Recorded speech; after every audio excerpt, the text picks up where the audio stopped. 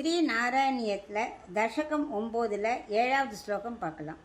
ஸ்ருதி பிரகர தர்ஷித பிரச்சுர வைபவ ஸ்ரீபதே ஹரே ஜய ஜய பிரபோ பதமுபைஷி திஷ்ட்யா திருஷோஹ குருஷ்வதியமாஷு மே புவன நிர்மிதௌ கர்மடாமிதி துருஹினவர்ணிதஹ வகுணபம் ஹிமா பாஹிமாம்.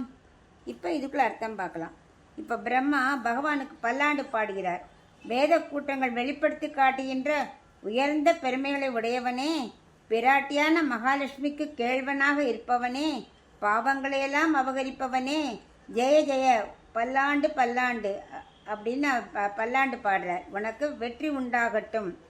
என்னோட பாக்கியவசத்தால் என் பார்வைக்கு காணக்கூடிய இலக்காக இருக்கிறாய்.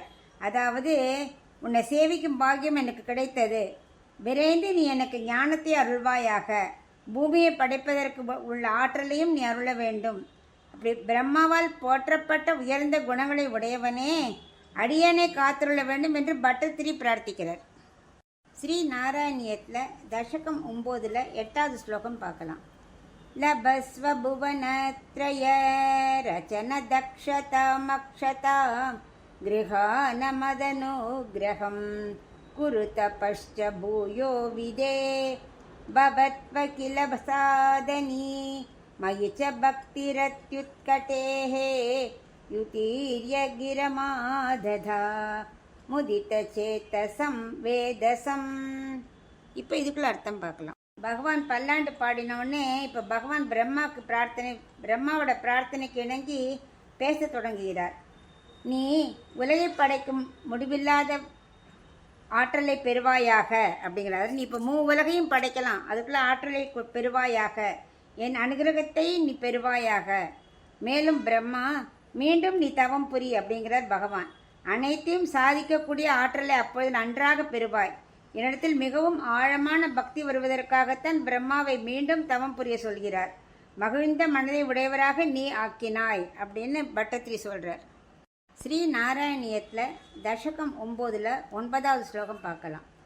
ஷதம் கிருத தபாஸ்ததஸ்ஸ கலு திவ்ய சம்வத்சரான் அவாப்ய ச தபோ பலம் மதிபலம் ச பூர்வாதிகம் உதீக்ஷ கில கம்பிதம் பயசி பங்கஜம் வாயுனா பவத்பல விஜృంభిதஹ பவன பாத்தசி பீத்தவான்.